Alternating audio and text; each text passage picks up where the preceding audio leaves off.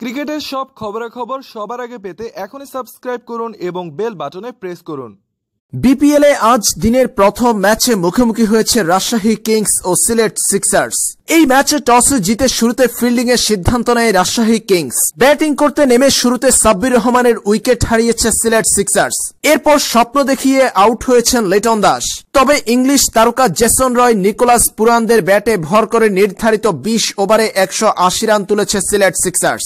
181 রানের টার্গেটে ব্যাটিং করতে নেমে শুরুটা মোটেও ভালো হয়নি রাজশাহী কিংসের। গত 2 ম্যাচে দুর্দান্ত ব্যাটিং করা লরি ইভেন্স আউট হয়েছেন মাত্র 1 রানে। তবে মাঝে ম্যাচে ফেরার স্বপ্ন দেখিয়েছিলেন ফজলে মাহমুদ রাব্বি।